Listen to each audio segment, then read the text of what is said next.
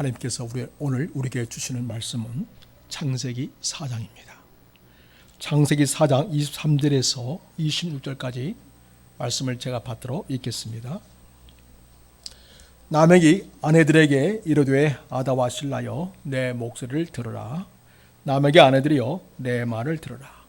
나의 상처로 말미암아 내가 사람을 죽였고 나의 상함으로 말미암아 소년을 죽였도다. 가인을 위하여는 벌이 7배일진데 라멕을 위하여는 벌이 77배에 이르로다 하였더라.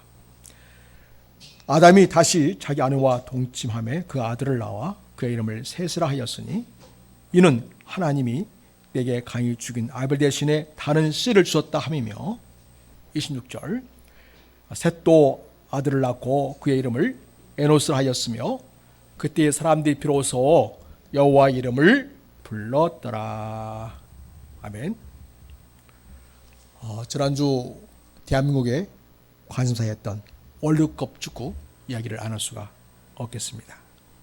지난주 금요일까지만 해도 누가 봐도 한국이 속한 월드컵 조별리그 H조에서는 대한민국이 꼴찌로 끝나는 듯 했습니다.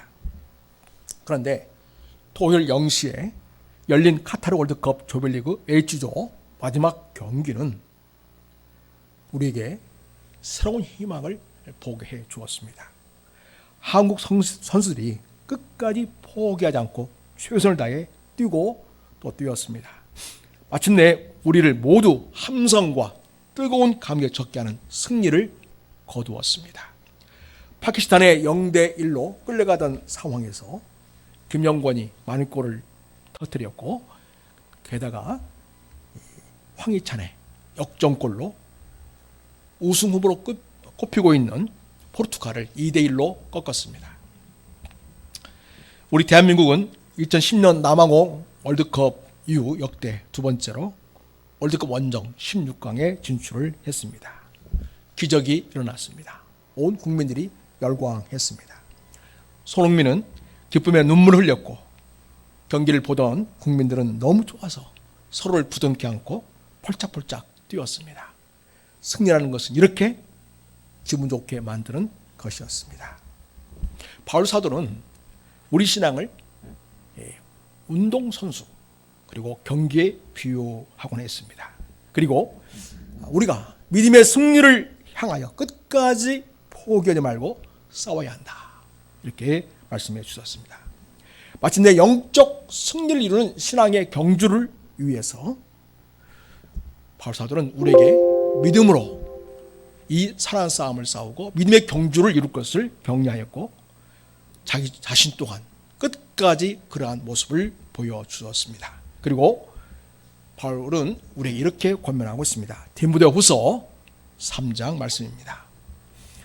디모데후서 3장 말씀에 우리 같이 한번 읽겠습니다. 자, 시작. 전제와 같이 내가 벌써 부어지고 나의 떠날 시각이 가까웠도다. 나는 선한 싸움을 싸우고 나의 달려갈 길을 마치고 믿음을 지켰으니 이제 후로는 나를 위하여 의의 멸관이 예비되었으므로 주 곧 의로우신 재판장이 그날에 내게 주실 것이며 내게만 아니라 주의 나타나심을 사모하는 모든 자에게 도니라. 아멘. 바울 사도는 나의 떠날 시각이 가까웠다 이렇게 얘기합니다. 그러니까 죽음을 앞두고 있다는 이야기가 되겠습니다. 그리고 자기 자신에 대해서 지금까지 살아온 삶에 대해서 이렇게 얘기합니다. 나는 선한 싸움을 싸웠다. 나의 달려갈 길을 마치고 믿음을 지켰다. 이렇게 고백하고 있습니다. 성도 여러분, 우리도 인생을 다하는 날, 마치는 날에 주님 앞에서 이렇게 고백할 수 있기를 바랍니다. 그리고 이 얘기합니다. 이제 후로는 나를 위하여 의의 멸관이 예비되어 있다. 이렇게 얘기합니다. 그리고 주 곧 의로우신 재판장이 그날에 내게 주실 것이며 내게만 아니라 주의 나타나심을 사모하는 모든 자에게 도니라. 그래서 이 바울 사도께서는 우리 주님께서 의의 멸관을 자기에게 주실 것을 확신하고 있고요. 또 자기뿐만 아니라 예수 그리스도를 믿고 믿음의 살아 싸움을 싸우며 끝까지 믿음을 지킨 자들에게 우리 주님께서는 그들에게 의의 멸류관을 줄 것이다. 이렇게 말씀하고 있습니다. 그래서 주의 나타나심을 사모하는 모든 자에게 되니라. 다시 오실 주님을 바라보면서 믿음으로 오늘 또 선한 싸움을 싸우며 믿음의 경주를 이루어가는 믿음의 형제 자매들 격려하고 있음을 보게 됩니다. 성도 여러분, 성경에는 이 족보가 자주 나오고 있습니다. 그만큼 믿음의 계보가 중요하다는 것을 성경은 이야기하려고 하는 것입니다. 하나님께서는 이런 그 믿음의 계보, 하나님께서 그것을 그렇게 좋아하시고 또 우리에게 그것을 권하고 있음을 보게 됩니다. 우리는 믿음의 명문 가문을 이루는 신앙이 되어야 할 것을 성경 우리에게 가르치고 있습니다. 성경의 족보는 크게 두 가지 갈래가 있습니다. 하나는 믿음의 족보입니다. 하나님을 사랑하고 경외하며 예배자로서 하나님 앞에 경건하게 살아가는 믿음의 가문의 족보가 있습니다. 하나는 하늘과 상관없이 오직 자기들의 만족과 이상의 즐거움을 위해서 살아가면서 하나님을 대적하고 또 불의한 그러한 사람들의 모습을 보여주면서 그런 불씨 가문의 족보를 보여주고 있습니다. 성경에 나오는 그 믿음 가문의 족보는 이제 아벨을 대신한 셋으로부터 이어져서 하나님과 동행한 에녹, 그리고 노아, 아브라함, 그리고 12지파의 족장들 쭉 이름 나오고 있고요. 그리고 마태복음 1장과 누가복음 3장에서 계속해서 그 믿음의 계보의 그 모습을 보여주고 있습니다. 자, 그런데 그 믿음의 계보의 그 출발점이 되고 있는 이 창세기 4장의 말씀을 우리는 살펴보면서 우리가 믿음의 가문을 이루는 그리스도로서 어떤 삶을 살아야 되는지를 다시 한번 우리 살펴볼 수 있는 기회가 될 수 있기를 바랍니다. 여러분, 오늘 성경을 보면 4장 1절에 아담이 등남을 해서 아들 낳게 됩니다. 첫 번째 아들의 이름이 가인이죠. 예, 그렇습니다. 그 다음에 두 번째 아들 낳았는 이름이 아벨입니다. 가인은 농사를 하고요. 그 다음에 아벨은 양을 치는 자였다 이렇게 말합니다. 하나님은 그들에게 예배할 것을 가르쳐 주셨는데요. 세월이 지난 후에 가인은 땅의 소산으로 제물을 삼아 하나님께 예배를 드렸습니다. 아벨은 양의 새끼와 젖새끼와 그 기름으로 드렸습니다. 그런데요, 똑같이 겉모습은 예배하는 모습이었고 제사하는 모습이었습니다. 누가 봐도 둘 다 훌륭해 보입니다. 그러나 중심을 보신 하나님께서는 아벨의 제사는 받으시고 가인의 제사는 받지 않으셨습니다. 성경은요, 왜 그러면 하나님께서는 이 가인의 제사는 받지 않으시고 아벨의 제사는 받으셨는가, 이걸 우리에게 얘기해 주고 있는데요. 바로 히브리서 11장을 보면 믿음으로 아벨은 더 나은 제사를 함께 드렸다 이렇게 말합니다. 더 나은 제사를 드린 아벨의 제사를 하나님이 받으셨다는 것인데, 왜 그러면 더 나은 제사이냐? 믿음으로 됐다는 것입니다. 하나님을 인정하고 하나님을 경외하고 그리고 진심으로 하나님께 예배하는 그런 마음으로 마음 다하여 하나님께 드렸기 때문에 받으셨다는 것입니다. 근데 가인의 제물은 받지 않으셨습니다. 뭘 드렸든지 간에 정말 중요한 것은 무엇일까요? 눈에 보이는 어떤 제물의 어떤 그런 것들이 아니라 가인의 그 마음 중심 속에는 하나님이 없었기 때문입니다. 제물을 드리는 제사의 모습, 예배의 모습이 있지만은, 겉모습은 있지만은 실제로 그 마음 중심에 하나님을 사랑하고 경외하며 하나님과 동행하고자 하는 그런 열정, 중심, 그런 마음이 가인에게는 없었다는 걸 이야기합니다. 그래서 여러분, 우리가 예배할 때에 예배에 참석하는 것 너무 중요하고 이게 우리 신앙의 첫 출발이지 않습니까? 그런데 정말 또 우리가 중요하게 여길 것은 예배에 참석할 때 정말 하나님을 사랑하는 마음으로 예배에 참여하기를 바랍니다. 마음을 다하여 하나님께 기쁨이 되고자 하는 그 마음 중심으로 하나님을 사랑하고 경외하는 마음으로 우리가 예배해야 되겠고요. 또 일상생활 속에서도 하나님과 상관없이 살아가는 것이 아니라 하나님의 말씀을 마음속에 새기고 하나님의 뜻을 이루고자 하는 그러한 중심을 가지고 매일매일 하나님 앞에서 살아감으로써 삶이 예배가 되는 그런 모습으로 우리가 살아갈 때 주일날 드려진 예배가 진짜 예배가 되고요.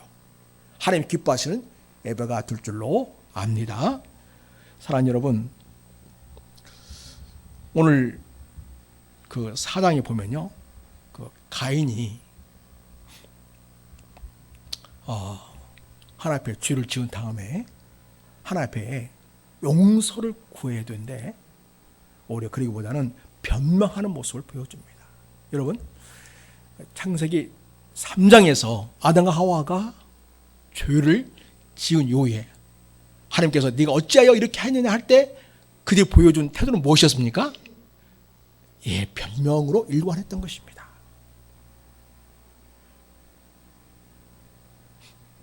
아담도 그랬고 하와도 그랬죠.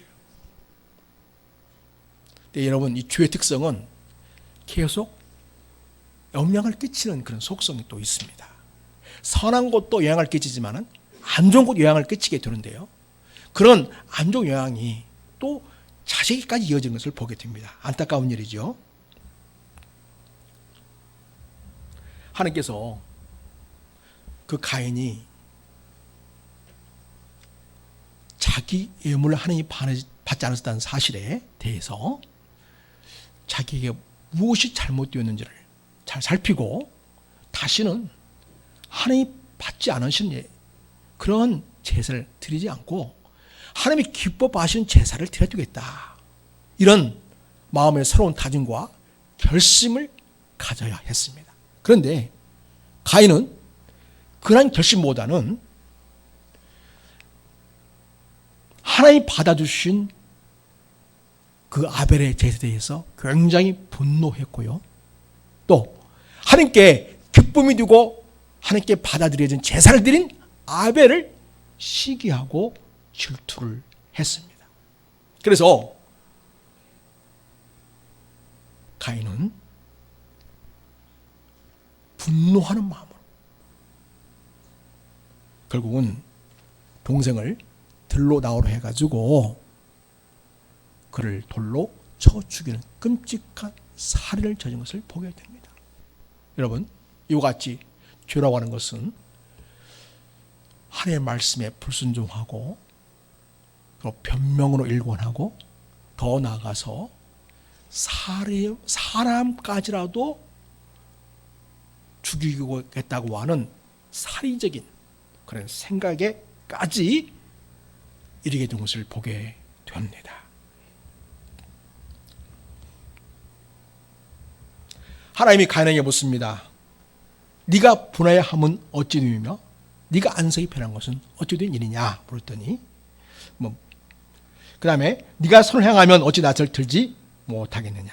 선을 행하지 아니하면 죄가 문에 엎드려 있느니라. 죄가 너를 원하나 너는 죄를 다스릴지니라. 그러니까 그러니까 자기가 드린 제사를 하나님께 받아들여진 것에 대해서 그것이 무엇이 잘못되었는가를 점검하고 하나님 앞에서 은혜를 구하면서 다시금 하나님이 기뻐하실 제사를 드리는 데 집중하기보다는 제사를 믿음으로 드려서 하나님께 기쁨이 되고 하나님께 받아들여진 이 아벨의 제사에 대해서 굉장히 기분 나빠하면서 결국은 아벨에 대해서 적대적이고 살인적인 마음을 갖게 되었습니다. 그리고 마침내 동생을 죽였죠. 결국 아담 하와가 범죄한 이후에 그 죄성은 더욱 강해져서요. 그 죄가 부끄러워 숨었던 어떤 보면 좀 순박한 그런 상황에서 오히려 이제는 들의 동물을 불러내가지고 돌로 쳐 죽이는 끔찍한 살인까지도 저지르는 그런 모습으로 나타나는 것을 보게 됩니다. 죄라는 것은 바로 이렇게 더 신박해지고 더 악해지고 더 파괴적이라는 것을 보여주고 있습니다. 그래서 여러분 오늘 주께서 말씀하십니다. 너는 죄를 다스려야 했다고 이야기를 합니다. 그러니까 죄가 너를 원하나 너는 죄를 다스려야 했다라고 우리 주님 말씀하신 것을 보게 됩니다. 여러분 작은 죄의 욕망이 우리 안에 끌어올라올 때 우리는 이것을 예수 그리스도의 보혈로 주의 보혈의 권세로 이기고 마침내 그것을 다스릴 수 있는 은혜가 있기를 축복합니다. 사랑하는 여러분, 하나님께서 그 아벨이 죽은 다음에 가인을 찾아갑니다. 가인에게 묻습니다. 네 아우 아벨이 어디 있느냐? 그러니까 내가 알지 못합니다 이렇게 말합니다. 참 뻔뻔하죠. 지가 죽여놓고 내가 알지 못합니다 이렇게 말합니다. 그리고 또 뭐라고 변명하니? 내가 아우를 지키는 자니까 이렇게 이야기합니다. 10절에 이르시되 네가 무엇을 하였느냐? 네 아우의 핏소리가 땅에서부터 내게 호소하였느니라. 그러니까 여러분 이 세상에서 어떤 비밀스러운 일, 온 세상 사람 다 몰라도 누구는 다 알고 계세요? 하나님은 다 보고 있고 다 듣고 있고 다 알고 계시는 거죠. 이런 하나 앞에서 살아가는 하나님의 자녀의 삶이라는 것을 기억해야 하겠습니다. 네 아우의 핏소리가 땅에서부터 내게 호소를 했다. 11절 땅이 그 입을 벌려 내 손에서부터 네 손에서부터 네 아우의 피를 봤은즉 네가 땅에서 저주를 받으리라. 그래서 여러분 결국 죄라고 하는 것은 우리 인생을 어떤 삶으로 끌어가냐면 저주스러운 삶으로 끌어가는 거죠. 죄를 저지른 그 땅이 황폐하게 되고 저주를 받아서 결국은 살아가기에 척박한 그런 삶의 자리가 될 것을 이야기해 줍니다. 12절에 네가 밭을 갈아도 땅에 다시는 그 효력을 너에게 주지 않을 것이다. 너는 땅에서 피하며 유려한 자가 되리라. 그래서 하나님 주신 이 축복스러운 땅, 이 땅이 더 이상 축복이 되지 못하고 여기서 피해야 되고 방황하며 고통하는 그런 삶의 자리로 그 땅이 바뀌는 것을 보게 됩니다. 그리고 여러분 가인이 이렇게 얘기합니다. 내 죄벌이 지기가 너무 무겁습니다. 주께서 오늘 이 지면의 쌀을 쫓아내시온즉 내가 주의 낯을 비옵지 못하리니 내가 땅에서 피하며 유려한 자가 될지라. 모든 나를 만나는 자마다 나를 죽겠나이다 이렇게 말합니다. 여호와께서 그에게 이르시되 그렇지 아니하다. 가인을 죽이는 자는 벌을 7배나 받으리라 하시고 가인에게 표를 주셨다. 그를 만나는 모든 사람에게서 죽음을 면하게 하시니라. 참 하나님은 악한 자에게도 그가 다시 하나님께로 돌아갈 수 있는 여지를 주는 걸 보게 됩니다. 그래서 그에게 표를 주셔서 그를 만나는 사람에게 죽임당하지 않도록 그를 보호하시고 지키시는 그런 하나님의 것을 보게 됩니다. 그러면 하나님을 더욱 사랑하고 경유하면서 하나님의 진정 내가 섬길 자이시고 내가 경유할 자이시고 내가 그분 앞에서 살아가야 할 그런 삶이어야 된다는 거하고 깨닫고 믿음을 가져야 할 터인데요. 그러지 못한 것을 보게 됩니다. 16절 오면 가인이 여호와 앞을 떠났다 이렇게 말합니다. 여호와 앞을 떠났다.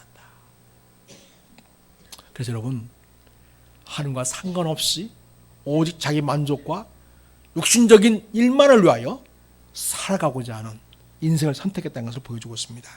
에덴 동쪽 놋 땅에 거주하였다. 예. 그래서 실제로 보면 이제 아내와 동침해서 가인에게 아들을 낳게 되는데 바로 에녹이라는 아들을 낳게 됩니다. 가인이 성을 쌓고 그 아들의 이름을 에녹이라, 에녹성이라고 이름을 지었습니다. 여러분, 하나님께서는 창세기 1장 28절에서 뭐라고 하겠습니까? 온 땅에 편만하게 되기를 원하셨습니다. 그런데 성을 쌓고 자기들의 아성을 가지고 자기들이 즐거워하고 인간적인 만족과 즐거움만을 위해서 또 인간의 어떤 성취를 위해서만 살아가는 그런 삶으로 그렇게 살겠다고 하는 그런 모습을 지금 가인과 그 에녹이 보여주고 있음을 보게 됩니다. 그리고요, 그 가인이 지은 그 추성은 더욱 심각해지게 되는데요. 계속해서 자녀를 낳아서 자손들이 번창하게 되는데 마침내 라멕이라는 그런 자손이 또 태어나게 됩니다. 이 라멕은요, 두 아내를 맞이하였다 그랬어요. 하나님의 원래 결혼 계획은 무엇입니까? 일부일처제죠. 아담에게 하와를 아내로 주었듯이 일부일처제로 그렇게 가정을 이룰 것을 말씀하고 있죠. 그래서 경건한 가문의 가족을 이루어서 하나님을 경외하고 하나님의 역사를 이루고 하나님의 축복을 누리는 그런 가정이 되기를 원하셨는데요. 점점 이제 죄성이 강해지고 성적으로도 몰란해지고 그러면서 하나의 성적 쾌락과 만족을 위한 방편으로 아내를 많이 두는 그런 방식으로 성문화가 타락하는 것들을 보여줍니다. 두 아내를 맞이했다. 그 다음에 20절 보면 야발을 낳았는데 장래 거주하면 가축을 치는 자의 조상이 되고 21절은 또 아들 낳았는데 유발이에요. 순과 퉁소 잡는 모든 자의 조상이 되고 20절 보면 실레는 두발 가인을 낳았으니 그는 구리와 수로 여러 가지 기구를 만드는 자요 두발 가인의 누이는 나아마였더라. 여러분, 이렇게 어떤 사양의 문화, 문명을 이렇게 이루어 가는데요. 근데 결정적 문제가 뭐냐면 하나님께서 우리를 인생을 창조하신 가장 중요한 목적이 무엇입니까? 하나님께 예배하고 하나님을 찬송하는 자로 우리가 살게 하시는 것이죠. 그것이야말로 진정 인생의 행복이고 기쁨이고 하나님 주신 생명을 충만히 누리는 삶이기 때문에 그렇게 살도록 하나님은 계획하셨던 것입니다. 그런데 오직 자기들의 만족과 쾌락과 일락을 위해서 그러한 세상적인 문명을 이루어가는 그런 자들로 그 후손들이 나아가는 것을 보게 됩니다.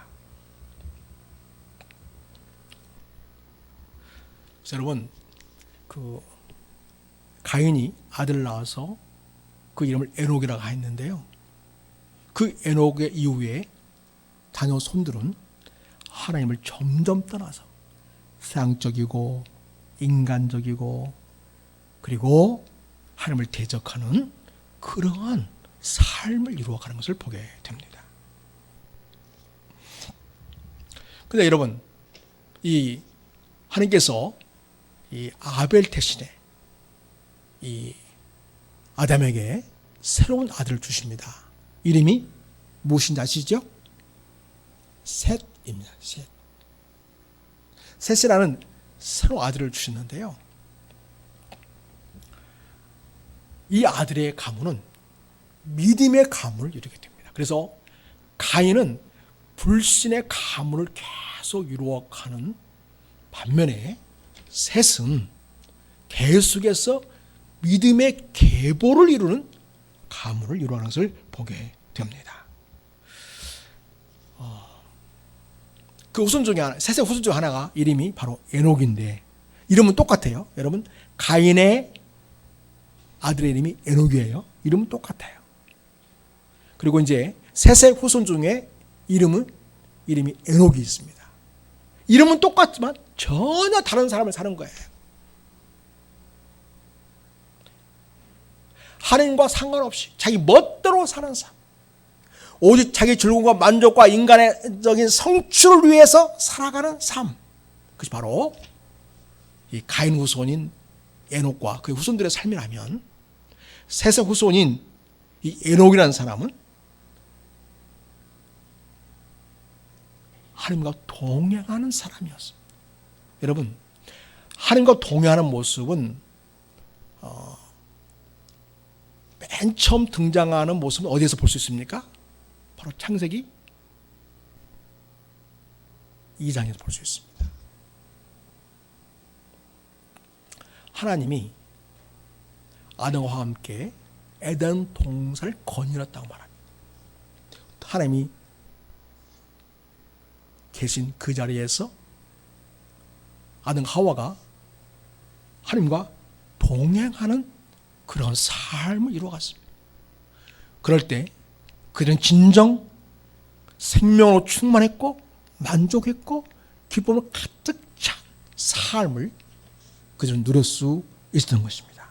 네, 여러분, 그 셋의 후손 중에 에녹이라는 사람은 죽음을 보지 않고 옮겨지는 은혜를 누리게 되는데요, 히브리서 11장 5절에 이렇게 말합니다. 믿음으로 에녹은 죽음을 보지 않고 옮겨졌으니 하나님이 그를 옮기심으로 다시 보이지 아니하니라.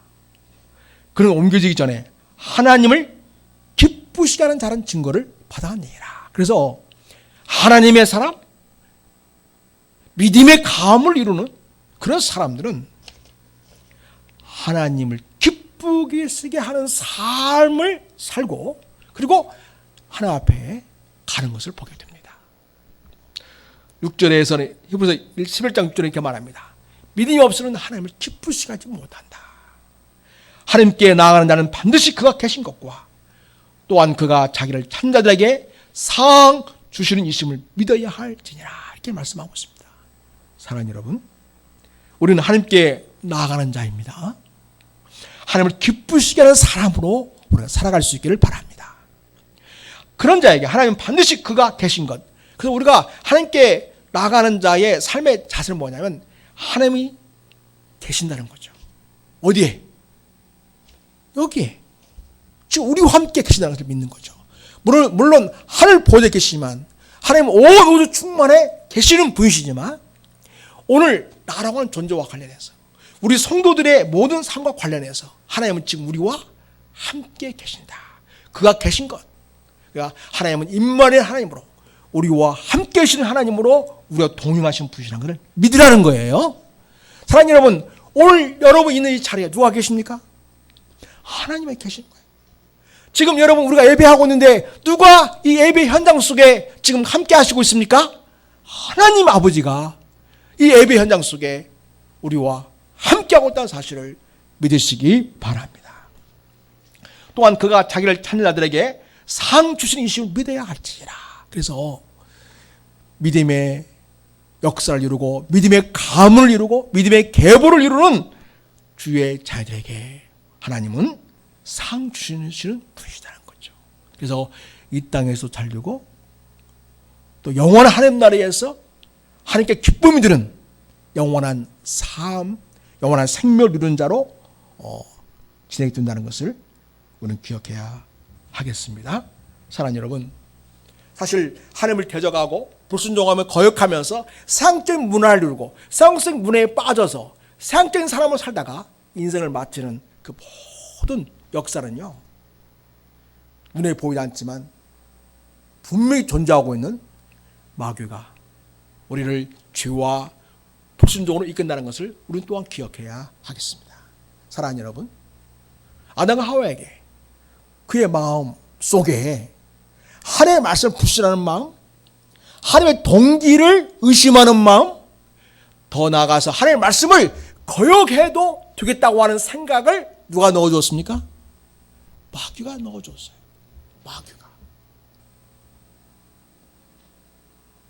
마귀는 영광의 자리를 떠나서 이곳에 와가지고 이 땅에 와서 이 땅에 있는 모든 인생들을 다 하나님을 거역하게 하고 불순종하게 하고 세상 문화에 젖어 살게 하고 사행적인 만족과 쾌락에 따라 살도록 하면서 결국은 하나님과 상관없는 인생, 하나님을 저버리게 하고 하나님을 대적하는 이 삶을 살도록 지금도 우리 인생을 그렇게 유혹하고 있습니다. 그래서 이런 마귀의 속박에 매여서 하나님을 거스르고 불순종하는 삶을 청산하는 길은 다른 그 무엇을 할 수가 없습니다. 오직 예수 그리스도를 믿는 믿음을 통해서만 이루어지게 됩니다. 사랑하는 여러분, 우리 예수님은 이 세상에 육신을 입고 오셨는데 하늘 보좌에 계셨던 우리 성령 하나님, 알주신 하나님은 이 땅에 인간의 몸을 입고 오셨는데 그 가장 중요한 목적 중에 하나가 뭐냐면 바로 이 우리를 죄의 욕으로 이끌어서 영혼을 멸망케 하는 이 마귀를 멸하려고 오신 것이었습니다. 우리 같이 한번 말씀 보겠습니다. 히브리서 2장 14절 말씀을 쭉 보도록 하겠습니다. 자, 같이 읽겠습니다. 시작. 자녀들은 혈과 육에 속하였음에 그도 예수님도 또한 같은 모양으로 혈과 육을 함께 지니심은, 이 말씀은 예수님이 인간의 몸을 입고 이 세상에 오셨다 그 말이죠. 그렇게 오신 것은 자 계속해서 죽음을 통하여 죽음의 세력을 잡은 자 뭐를 멸하시려고 왔어요? 마귀를 멸하시려고 온 것입니다. 더 나아가서 또 15절 또 죽기를 무서워함으로 한평생 매여 종노릇하는 모든 자들을 놓아주려 하십니다. 그러니까 이 땅에 하나님 없이 살아가는 모든 사람들, 예수를 믿지 않고 살아가는 모든 사람들은 어떤 영적인 상태에 있어요? 뭐의 종으로 살고 있어요? 마귀의 종으로 살고 있는 거죠. 마귀의 노예로 살고 있다 이 말입니다. 하나님 없이 살아가는 사람들은 세상에 별의별 일을 하고 대단히 유망하고 세상적인 대단한 뭘 누린다 할지라도 결국 마귀의 종노릇 하는 것에 불과하다는 것을 성경 분명하게 우리에게 보여주고 있습니다. 그래서 그 동론하는 인생들을 놓아주려, 해방시키려, 거기서 자유케 하시려고 우리 주님께서 세상에 오셨다, 이렇게 말씀하고 있습니다. 이는 16절입니다. 같이 읽겠습니다. 시작. 이는 확실히 천사를 붙들어 주려 하심이 아니요 오직 아브라함의 자손을 붙들어 주려 하심이라. 여기서 아브라함의 자손이라는 것은 혈통적인 아브라함의 자손을 말하는 게 아니라 아브라함을 뭐라고 부르죠? 어떤 아브라함? 믿음의 조상이다 이렇게 부르죠. 그죠? 믿음의 조상이다. 그렇다면 여기 자손은 어떤 조상이겠어요? 어떤 자손이겠어요? 믿음의 자손인 거죠. 다시 말해서 하나님을 믿고 예수 그리스도를 자기 구원자요, 자기 인생의 주인으로 믿는 바로 그런 사람이 아브라함의 자손입니다. 그들을 붙들어 주시려고 예수님이 이 세상에 육신을 입고 이 땅에 오시다는 것입니다. 17절입니다. 시작. 그러므로 그가 범죄의 형들과 같이 두심이 마땅하도다. 이는 하나님 일에 자비하고 신실한 대제사장이 되어서 백성들의 죄를 속량하려 하심이라. 백성들의 죄를 깨끗이 씻겨주시고 하나님의 거룩한 자녀로 삼아주시려고 예수님이 세상에 오셨다는 거죠. 그 예수님이 세상에 오셔서 결국은 당시의 몸을 우리를 위하여 십자가에 매달으시고 피 흘려 죽으심으로 우리 모든 죄값을 대신 치러 주시는 대속의 은총, 대속의 은혜를 우리에게 허락하신 거예요. 주신 것이었습니다. 사랑하는 여러분, 그러므로 우리가 불신의 가문, 불신의 계보를 이룬 그런 자에 속해서 결국은 마귀에게 종을 하다가 인생을 망하는 그런 자로 살 것인가? 또 나뿐만 아니라 나를 이어서 태어나는 후손들이 대속하여 마귀의 종노릇을 하다가 멸망하는 자식들이 되게 할 것인가? 아니면 마귀에게 뭘 모르고 살아왔던 지난 날을 청산하고 이제는 예수 그리스도를 주로 믿고 하나님을 아버지로 믿고 진정 내 삶의 주인은 오직 하나님 아버지를 믿고 그의 말씀을 따라서 순종하며 믿음의 역사를 이루는 하나님의 자녀로 살아서 뒤를 이은 후손들에게 자손들에게 보온이 될 뿐만 아니라 그들에게 믿음의 유산을 남겨주어서 그들이 계속하여 믿음의 가문을 이룬 자로 살 것인가? 우리가 중요한 결정을 해야 합니다. 사랑하는 여러분, 우리 부모들은 이 세상에 그 두고 봐도 자식들을 가장 사랑하죠. 그렇죠? 뭐 별 좋은 일이 있다 할더라도 자식만큼 좋은 건 없죠. 이 부모의 마음입니다. 자식을 위해서라면 어떤 희생도 마다하지 않고 어떤 고생도 마다하지 않고 자식을 위해서라면 내 생명까지도 내어주고 싶어 하시는 분들이 바로 부모죠. 그토록 사랑한 자녀들. 그런데 그 자녀들이 하나님도 모르고 예수님도 모르고 마귀의 종으로 살다가 영원히 당하여서 결국은 불못에 던져질 운명에 처해진다면 그것은 얼마나 가슴 아픈 일이고 그런 비극이 어디에 있겠습니까?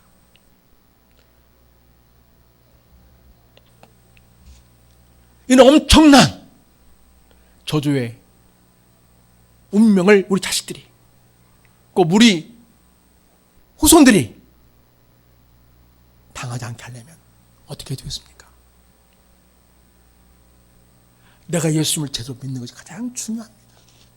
여러분, 이 세상에서 마귀를 멸하고 마귀를 끌어내는 능력은 오직 누구에게만 있습니까? 예수 그리스도에게만 있습니다. 그래서 우리가 이 마귀의 속박, 마귀의 종로한 데서 우리 자녀들을 구출해내고 하나님의 자녀가 되어 하나님 나라 시민으로서 영광스러운 믿음의 역사를 이루는 자녀로 살게 하기 위해서 우리는 정말 자녀를 위해서 눈물로 기도해야 되겠습니다. 여러분 그렇게 하고 계신지요?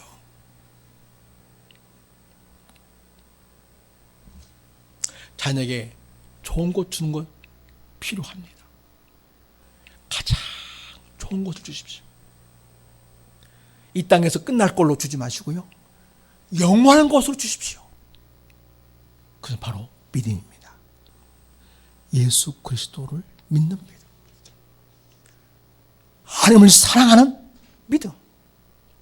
하나님의 나라와 그 의를 위해서 생명을 던질 수 있는 하나님의 거룩한 백성이 되도록 하는 그 일에 우리는 집중해야 하겠습니다. 사랑하는 여러분, 이와 같이 아름다운 믿음의 가문을 이루기 위해서는요, 우리가 자녀들에게 믿음을 강요한다고 해서 될 일이 아닙니다. 사실은 그렇게 하면 더 반발하고 도망치지요. 그래서 이전에 부모의 신앙은 너무 좋은데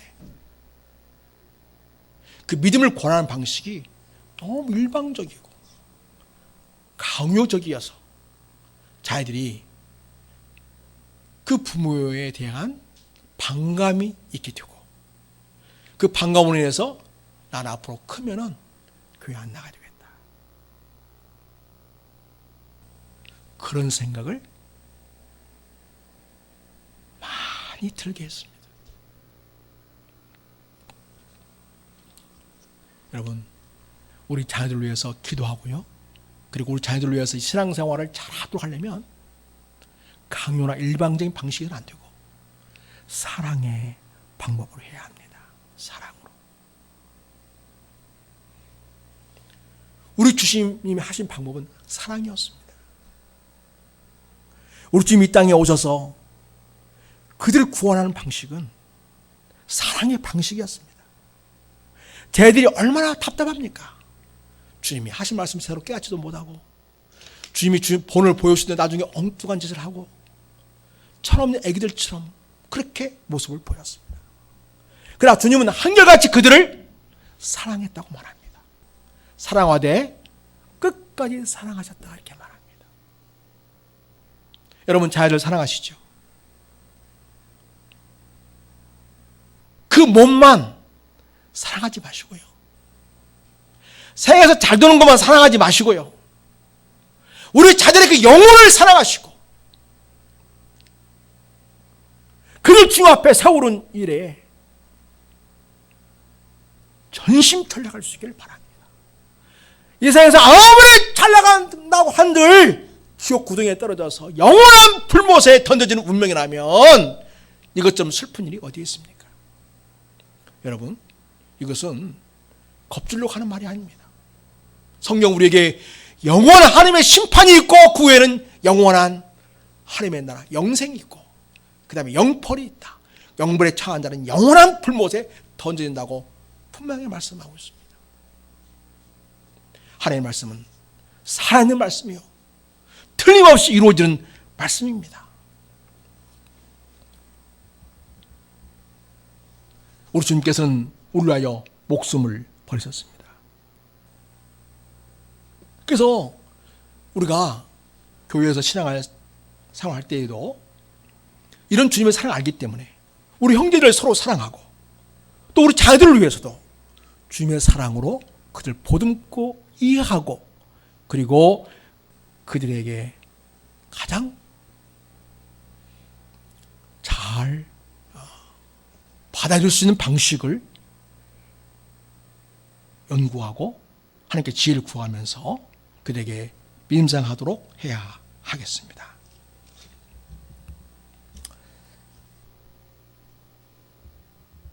여러분, 우리가 요한일서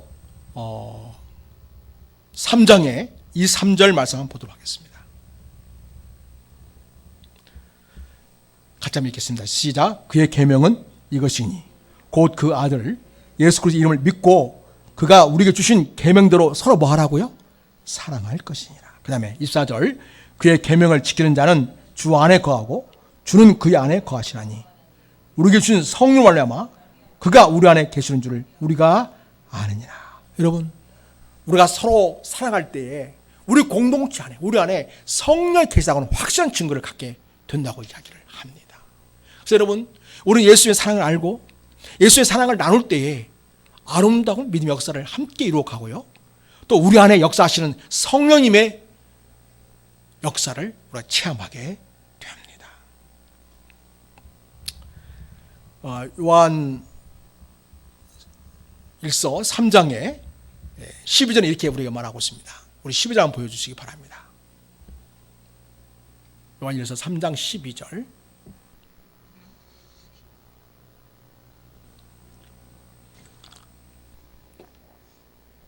네, 그 앞에 11절부터 보겠습니다. 11절. 자, 같이 읽습니다. 시작. 우리는 서로 사랑할지니 이는 너희가 처음부터 들은 소식이라. 12절 같이 읽습니다. 누구와 같이 하지 말아라? 가인과 같이 하지 말아라. 그 다음에 그는 악한 자에게 속하여 그 아우를 죽였으니 어떤 이유로 죽였느냐? 자기 행위는 악하고 그의 아우의 행위는 의로움이라. 의로운 아벨이 질투가 나고 씨가 나고 결국은 그래서 아우를 죽이게 됐다는 이야기입니다. 그래서 우리는 가인과 같이 해서는 안 된다. 오히려 13절 여러분 보십시다. 그래서 여러분 가인이 의로운 아벨 동서를 죽였잖아요. 다시 말해 세상이 의로운 아벨을 죽인 것이죠. 13절 봅니다. 13절 요한일서 3장 13절 시작. 형제들아 세상이 너희를 미워하여도 이상히 여기지 말라. 예. 여러분 인간적으로 아무리 좋은 부인을 할지라도 이상하게 교회하고 예수님 이야기하면 그렇게 미워하고 죽이려 하듯이 달려드는 모습을 보게 됩니다. 이게 왜 그러냐면 아직 그 사람이 어디에 속해 있기 때문에 이상에 속했기 때문에 그런 것입니다. 그걸 이상히 여기지 말라는 거예요. 너무나 당연한 그런 반응이라는 것입니다. 저렇게 인자하시고 너그러운 분이신데 왜 특히 예수 믿는 거에 대해서 교회에 대해서 이야기만 하면 열을 내고 그렇게 화를 내는 것일까? 왜냐하면 영적으로 다르기 때문이야 그런 거예요. 다르기 때문에. 그럼 어디에 속해 있어요? 세상에 속해 있는 거죠. 다시 말해서 마귀에게 속해 있는 거죠. 마귀는 예수님이 소개되고 예수 믿는 거 이야기하면 굉장히 분을 내고 화를 냅니다. 그래서 여러분 이런 것은 이상한 일이 아니라는 거죠. 너무나 자연스러운 일이라는 거예요. 우리는 형제를 14절 우리는 형제를 사랑함으로 사망에서 옮겨 생명으로 들어간 줄을 알거니와 사랑하지 아니하는 자는 사망에 머물러 있다. 그래서 여러분 그들은 영적 사망에 머물러 있기 때문에 영적인 생명이 있는 우리에 대해서 가인과 같이 질투하고 시기하고 죽이려 드는 그런 마음으로 대한다는 것을 보게 됩니다. 그러나 여러분 우리는 그런 일을 당할지라도 결코 낙심하거나 그 때문에 우리 믿음을 포기해서는 안 되겠습니다. 오히려 그런 현상을 보면서 아 정말 마귀가 있구나. 정말 주님은 이 세상을 구원하는 구원주시고 생명의 주님이시로구나. 주님만 우리가 믿어야 할 유일한 분이시로구나 라는 것을 확실히 알 수 있기를 바랍니다. 우리 다시 한번 3장 23절 요한일서 3장 23절을 같이 보겠습니다. 자 시작. 그의 계명은 이것이니 곧 그의 아들 예수 그리스도의 이름을 뭐하고 믿고 그 다음에 그가 우리에게 주신 계명대로 서로 뭐하라? 서로 사랑해야 된다 이렇게 말하고 있어요. 그래서 여러분 교회를 열심히 다니면서도 교회 와서 싸움 박자는 사람이 있어요. 안 되죠? 시기하고 질투도 하는 사람이 있어요. 이건 세상적인 거 인간적인 거예요.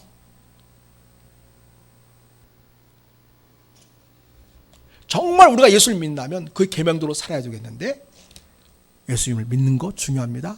그리고 그가 주신 계명 바로 사랑하라는 계명이죠. 너희는 서로 사랑하라. 이 계명대로 서로 사랑해야 한다고 말씀해 주시고 있습니다. 자, 24절 보겠습니다. 시작. 그의 계명을 지키는 자는 주 안에 거하고 주는 그의 안에 거하시나니 우리에게 주신 성령 안에와 그가 우리 안에 거하신 줄을 우리가 아느니라. 아멘. 자, 요한일서 4절로 넘어갑니다. 4절 같이 읽겠습니다. 시작. 자녀들아 너희는 어디에 속해 있다? 하나님께 속해 있다. 여러분 이제 마귀에 속해 있지 않는 거예요.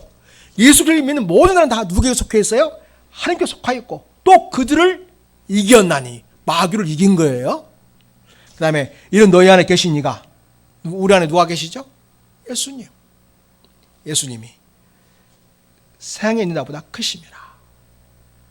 우리 안에 계신 하나님, 우리 안에 계시는 예수님이 세상보다 크신 분이니까 우리는 세상을 이겨낼 수 있다는 거죠. 비록 이 세상이 우리를 핍박하고 우리를 고난 가운데 데려간다 할지라도 우리는 우리 안에 거하시는 예수님이 크신 분이기 때문에 그 세상보다 크신 분이기 때문에 우리는 그 핍박을 여건히 이기고 믿음으로 승리할 수 있다는 것을 이야기하고 있습니다. 그들은 세상에 속한 고로 세상에 속한 말을 하매 세상이 그들의 말을 듣니라. 결국 마귀의 말을 듣고 결국 예수 믿는 자들을 핍박한다는 거죠. 6절 읽습니다. 시작. 우리는 하나님께 속하 있으니 하나님 아는 자는 우리의 말을 듣고 하나님께 속하지 아니하는 자는 우리의 말을 듣지 아니하나니 진리의 영과 미혹의 영을 이로써 아느니라. 그렇습니다, 여러분. 그래서 우리가 예수님을 믿는 이야기할 때에 그걸 기뻐하고 즐거워한다면 내 안에 어떤 영이 있다고 말하고 있습니까? 진리의 영이 있다는 거죠. 그러나 내가 예수님을 말하고 믿음을 권하는데 화를 내고 대적하는 것은 그 안에 어떤 영이 있다고요? 미혹의 영이 있다는 것이죠. 어둠의 영. 바로 마귀가 역사하고 있기 때문에 그렇다는 것을 여러분 아시기를 바랍니다. 그래서 여러분 7절 말씀 한 절 더 읽고 말씀을 마치도록 하겠습니다. 사랑하는 자들아. 자, 시작. 사랑하는 자들아. 우리가 어떻게 하자? 서로 사랑하자. 사랑은 하나님께 속한 것이니 사랑한 자마다 하나님부터 나서 하나님을 알고. 8절. 사랑하지 않는 자는 하나님 알지 못하나니 이는 하나님은 사랑이심이라. 9절 시작. 하나님의 사랑이 우리에게 이렇게 나타난 바 되었으니 하나님이 자기의 독생자를 생에 보내심은 그로 말미암아 우리를 살리려 하심이라. 10절에 사랑은 여기 있으니 우리가 하나님을 사랑한 것이 아니요 하나님 우리를 사랑하셔서 우리 죄를 속하기 위하여 화목제물로 그 아들을 보내셨습니다. 사랑하는 자들아, 하나님이 같이 우리를 사랑하셨은즉 우리도 서로 사랑하는 것이 마땅하도다. 그래서 여러분, 가인은 가장 자기 사랑해야 할 형제가 누구예요? 아벨이지 않습니까? 그런데 아벨이 하나님께 믿음으로 제사를 드림으로 하나님께 받아들여지니까 자기는 믿음으로 드리지 않는 일로 인해서 하나님께 그 제사를 받아들이지 않은 거죠. 그걸로 인해서 분내고 화를 내고 결국은 동생을 죽이기까지 했다는 거죠. 미움의 영, 살인의 영, 마귀에게 휘둘려서 마귀의 종로로 한 상태에 있기 때문에 결국 가인은 이 살인죄를 저지르고만 것이었습니다. 여러분, 우리가 이 땅에서 어떤 믿음의 계보를 이룰 것인가? 믿음의 계보를 이루어야 하겠습니다. 그러면 먼저 내가 예수 그리스도를 주로 확실히 믿는 믿음이 있어야겠습니다. 예수님만이 나의 인생의 구원자요, 인생의 유일한 소망이요, 나의 영원한 하나님이심을 믿고 예수님을 온전히 믿고 따르는 우리가 될 수 있기를 바랍니다. 그러면 진정 주님을 따른다는 것이 무엇일까? 주님이 본을 보여주셨고 주님이 말씀해 주셨고 우리에게 권면하고 있습니다. 서로 사랑하는 것이죠. 우리가 사랑함으로써 우리가 진정 주님의 제자임을 확전한 삶을 살아내고, 그러면서 우리는 세상에 속한 자가 아니라 하나님께 속한 자이고 예수님께 속한 자임을 삶으로 드리는 우리 모든 성도가 될 수 있기를 예수님으로 부탁을 드립니다. 그래야 아름다운 믿음의 명문 가문을 이루시는 우리 모든 성도의 가족이 되시기를 축복합니다. 하나님 아버지 감사합니다. 여기는 우리 모든 믿음의 가족들 다 믿음의 명문을 가문을 이루게 하여 주시옵소서. 예수를 주로 확실히 믿고 이제는 더 이상 마귀의 종노로 한 자가 아니라 하나님의 사랑하는 아들과 딸로서 진정 주님을 사랑하고 하나님 말씀에 순종하며 무엇보다도 서로 사랑함으로써 아름다운 하나님 나라의 역사를 이루고 믿음의 명문 가족을 이루는, 가문을 이루는 그런 믿음의 계보를 이루는 우리 모든 성도들이 되게 하시고 가정들이 되게 하여 주시옵소서. 우리 영원한 생명의 주가 되신, 우리를 그토록 사랑하신 예수님의 이름으로 축복하며 기도드립니다. 아멘. 찬송하면서 헌금하겠습니다. 315장